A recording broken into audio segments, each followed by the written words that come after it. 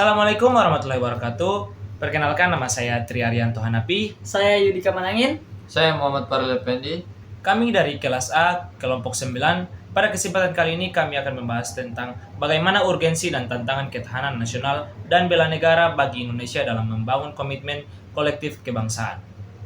Materi pertama akan dibacakan oleh Yudika Manangin. Baik, saya Yudika Manangin. Di sini saya akan membacakan materi yang pertama, yaitu tentang menelusuri konsep dan urgensi ketahanan nasional dan bela negara. Apa itu ketahanan nasional? Apa itu bela negara? Ketahanan pangan nasional belum terganggu bencana. Menteri Pertanian Suswono menyatakan bahwa bencana alam termasuk erupsi Gunung Sinabung belum mengganggu ketahanan pangan nasional secara signifikan. Luas tanaman padi yang puso relatif kecil dibandingkan total luas tanam nasional. Pemerintah akan memberikan bantuan benih dan biaya pengolahan lahan kepada petani yang terkena dampak. Target produksi padi nasional untuk tahun 2014 ditetapkan sebesar 76 juta ton GKG, meningkat dari tahun sebelumnya. Sekjen Peduli Ketahanan Keluarga, Sekretaris Jenderal DPR RI Winantuning Tias Titi menekankan pentingnya membangun ketahanan keluarga di lingkungan kesekjenan. Ia meyakini bahwa pondasi keluarga yang kuat akan berdampak positif pada kinerja karyawan dan institusi secara keseluruhan, dengan keluarga sebagai prioritas utama. Berikutnya, poin yang pertama adalah wajah ketahanan nasional Indonesia. Wajah ketahanan nasional Indonesia terbagi menjadi 3, yaitu definisi ketahanan nasional. Konsep ini memiliki wajah ganda, yaitu sebagai konsepsi, doktrin, sebagai kondisi, dan sebagai strategi atau pendekatan. Yang kedua, konsepsi khas bangsa Indonesia. Ketahanan nasional adalah konsepsi khas Indonesia untuk menanggulangi ancaman. Yang ketiga, ajaran Astagatra. Konsep ini dibuat menggunakan ajaran Astagatra yang terdiri dari 8 aspek atau unsur kehidupan nasional. Trigatra 3 aspek alamiah, Pancagatra 5 aspek sosial. Poin yang kedua adalah definisi ketahanan nasional. Definisi ketahanan nasional terbagi beberapa poin, yaitu penyelenggaraan pembangunan nasional dilakukan melalui pendekatan ketahanan nasional untuk menjamin kelangsungan hidup bangsa dan negara serta menghindari hambatan dan ancaman. Yang kedua, definisi ketahanan nasional. Kondisi dinamis yang merupakan integrasi dari kondisi setiap aspek kehidupan bangsa, mencerminkan kemampuan dan ketangguhan bangsa untuk menjamin kelangsungan hidup menuju kejayaan. Ketiga, aspek ketahanan nasional meliputi integrasi dari berbagai ketahanan, yaitu ketahanan ideologi, kondisi mental berdasarkan Pancasila untuk memelihara persatuan dan menangkal ideologi asing. Ketahanan politik, kondisi kehidupan politik berdasarkan demokrasi Pancasila dan Undang-Undang Dasar 1945 untuk memelihara sistem politik yang sehat dan dinamis. Ketahanan ekonomi, kondisi kehidupan perekonomian berdasarkan demokrasi, ekonomi Pancasila untuk menciptakan kemandirian ekonomi dengan daya saing tinggi. Ketahanan sosial budaya, kondisi kehidupan sosial budaya berdasarkan kepribadian nasional Pancasila untuk membentuk kehidupan manusia dan masyarakat yang beriman, rukun, bersatu, dan sejahtera, serta menangkal budaya asing yang tidak sesuai. Berikut apa itu ketahanan nasional dan apa itu bela negara. Ketahanan nasional adalah kondisi dinamis suatu bangsa yang berisi keuletan dan ketangguhan dalam menghadapi berbagai ancaman, gangguan, hambatan, dan tantangan, baik yang datang dari dalam maupun luar negeri, demi menjaga kelangsungan hidup bangsa dan negara. Ketahanan nasional mencangkup berbagai aspek kehidupan, antara lain ideologi, politik, ekonomi, sosial, budaya, pertahanan, dan keamanan. Tujuan ketahanan nasional menjamin kelangsungan hidup bangsa, menjamin persatuan, dan mewujudkan cita-cita nasional. Bela negara. Bela negara adalah sikap, tekad, dan perilaku warga negara yang dilandasi oleh rasa cinta tanah air, kesadaran berbangsa dan bernegara, serta keyakinan terhadap Pancasila dan Undang-Undang Dasar 1945 untuk mempertahankan kedaulatan, keutuhan wilayah, dan keselamatan bangsa. Contoh sikap bela negara dalam kehidupan sehari-hari: menaati hukum dan peraturan, menghormati perbedaan dan menjaga persatuan, belajar dengan sungguh-sungguh, menggunakan produk dalam negeri, ikut menjaga keamanan lingkungan. Bela negara bukan hanya tugas TNI atau aparat, tetapi kewajiban seluruh warga negara Indonesia. Baik, materi berikutnya adalah menanya alasan mengapa diperlukan ketahanan nasional dan bela negara. Negara Republik Federal Yugoslavia yang berideologis komunis pecah menjadi beberapa negara baru, yaitu Bosnia, Herzegovina, Kroasia, Serbia, Slovenia, Makedonia, Montenegro, Kosovo. Setelah mengalami perpecahan dan perang saudara pada tahun 1990-an hingga 2001. Kehancuran tersebut disebabkan oleh lemahnya tingkat ketahanan nasional, terutama dari aspek ideologi.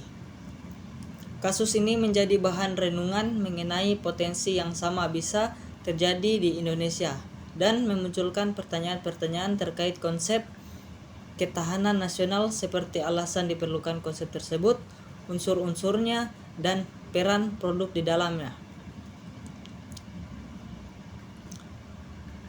Teks juga menyinggung ketahanan ekonomi Indonesia yang sempat lemah saat krisis moneter 1997 sampai 1998 yang berlanjut menjadi krisis politik. Baik, saya Muhammad Farel Effendi akan membacakan materi ketiga mengenai menggali sumber historik, sosiologis, politik tentang ketahanan nasional dan bela negara. Secara historis, gagasan tentang ketahanan nasional bermula pada tahun 1960-an di kalangan militer Angkatan Darat di SSKAD. Masa itu sedang meluasnya pengaruh komunisme yang berasal dari Uni Soviet dan Cina. Pengaruh komunisme menjalar sampai ke kawasan Indochina, sehingga satu persatu kawasan Indochina menjadi negara komunisme seperti Laos, Vietnam, dan Kamboja. Tahun 1960-an terjadi gerakan komunisme di Filipina, Malaysia, Singapura, dan Thailand. Bahkan gerakan komunis Indonesia mengadakan pemberontakan pada tanggal 30 September 1965, namun akhirnya dapat diatasi. Sejarah keberhasilan bangsa Indonesia menangkal ancaman komunis tersebut menginspirasi para petinggi negara untuk merumuskan sebuah konsep yang dapat menjawab mengapa bangsa Indonesia tetap mampu bertahan menghadapi sebuah ideologi komunis, padahal negara-negara lain banyak yang berguguran. Jawaban yang dimunculkan adalah karena bangsa Indonesia memiliki ketahanan nasional khususnya pada aspek ideologi. Belajar dari pengalaman tersebut, dimulailah pemikiran tentang perlunya ketahanan sebagai sebuah bangsa. Pengembangan atas pemikiran awal di atas semakin kuat setelah berakhirnya gerakan G30 SPKI pada tahun 1968. Pemikiran di lingkungan SSKAD tersebut dilanjutkan oleh Lemhanas, Lembaga Pertahanan Nasional, dengan dimunculkan istilah kekuatan bangsa. Pemikiran Lemhanas Hanas tahun 1968 ini selanjutnya dapat kemajuan konseptual berupa ditemukannya unsur-unsur dari tata kehidupan nasional yang berupa ideologis, politik, ekonomi, sosial, dan militer. Pada tahun 1969 lahirnya istilah ketahanan nasional yang intinya adalah keuletan dan daya tahan suatu bangsa untuk menghadapi segala ancaman. Kesadaran akan spektrum ancaman ini lalu diperluaskan pada tahun 1972 menjadi ancaman tentang tantangan, hambatan, dan gangguan. Akhirnya, pada tahun 1972 dimunculkannya konsepsi ketahanan nasional yang telah diperbarui.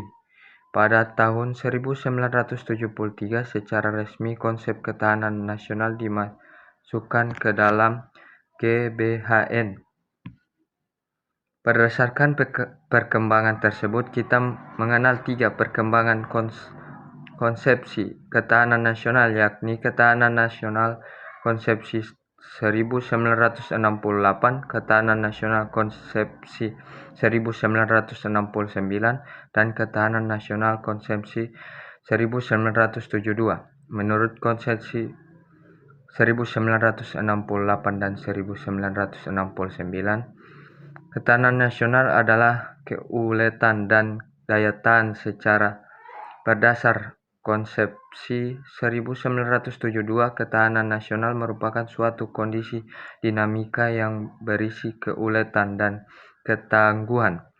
Jika dua konsepsi tersebut mengenal Ippoletsom sebagai Pancagatra, konsepsi 1972 memperluas dengan ketahanan nasional berdasar atas Astagatra. Konsepsi terakhir ini merupakan penyempurna sebelumnya. Baik, itulah materi yang saya bacakan tentang menggali sumber historik, sosiologis, politik tentang ketahanan nasional dan bela negara. Baik, di sini saya akan membacakan materi yang keempat, yaitu membangun argumen tentang dinamika dan tantangan ketahanan nasional dan bela negara. Pengalaman sejarah bangsa Indonesia telah membuktikan kepada kita bahwa konsep ketahanan nasional kita terbukti mampu menangkal berbagai bentuk ancaman sehingga tidak berujung pada kehancuran bangsa atau berakhirnya NKRI.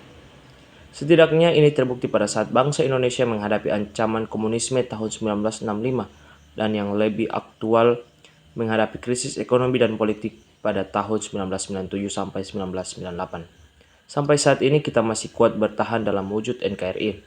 Bandingkan dengan pengalaman Yugoslavia ketika menghadapi ancaman perpecahan tahun 1990-an. Namun demikian, seperti halnya kehidupan individual yang terus berkembang, kehidupan berbangsa juga mengalami perubahan, perkembangan, dan dinamika yang terus-menerus. Ketahanan nasional Indonesia akan selalu menghadapi aneka tantangan dan ancaman yang terus berubah.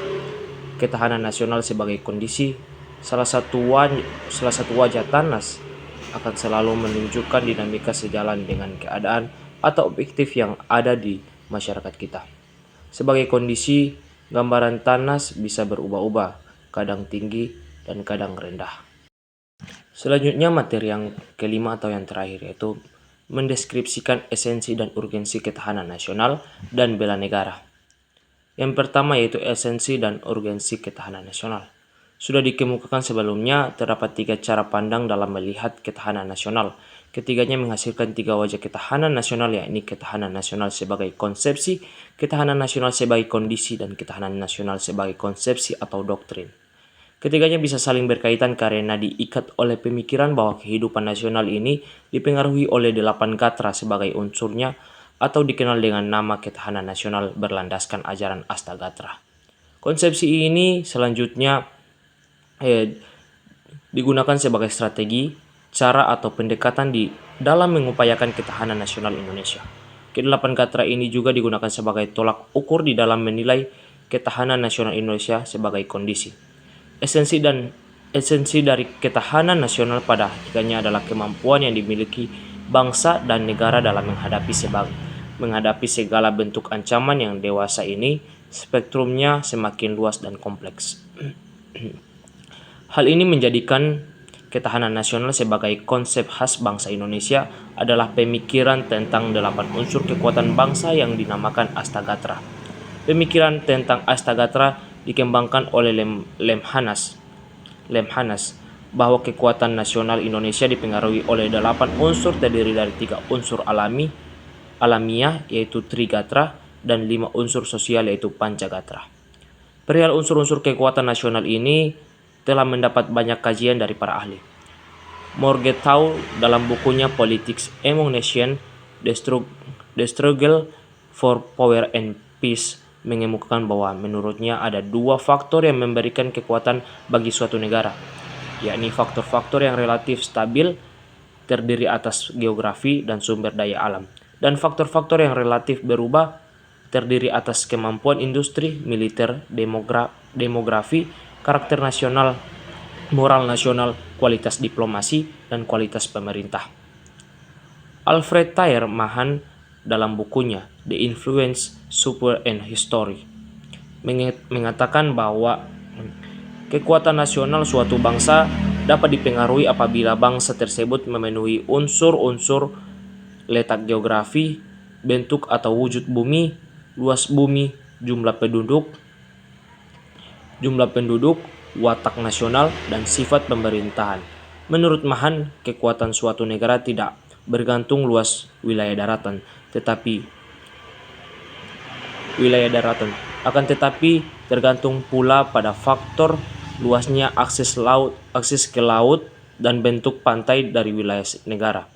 Sebagaimana diketahui Alfred T. Mahan, termasuk pengembangan teori geopolitik tentang penguasaan laut sebagai dasar bagi penguasaan dunia.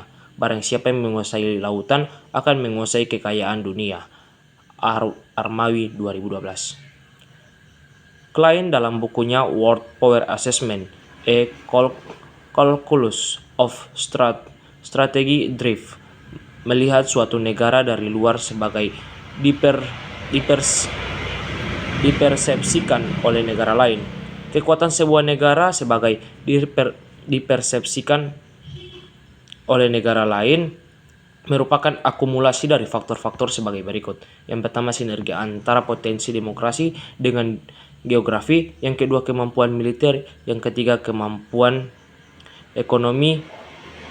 Yang keempat, strategi nasional. Dan yang terakhir yaitu kemauan nasional atau tekad rakyat untuk mewujudkan strategi nasional. Potensi demografi dan geografi, kemampuan militer, dan kemampuan ekonomi merupakan faktor yang tangible, sedangkan strategi nasional dan kemauan nasional merupakan faktor yang intangible. Menurutnya, suatu negara akan muncul sebagai kekuatan besar apabila ia memiliki potensi geografi besar, atau negara secara fisik wilayahnya besar dan memiliki sumber daya manusia besar pula.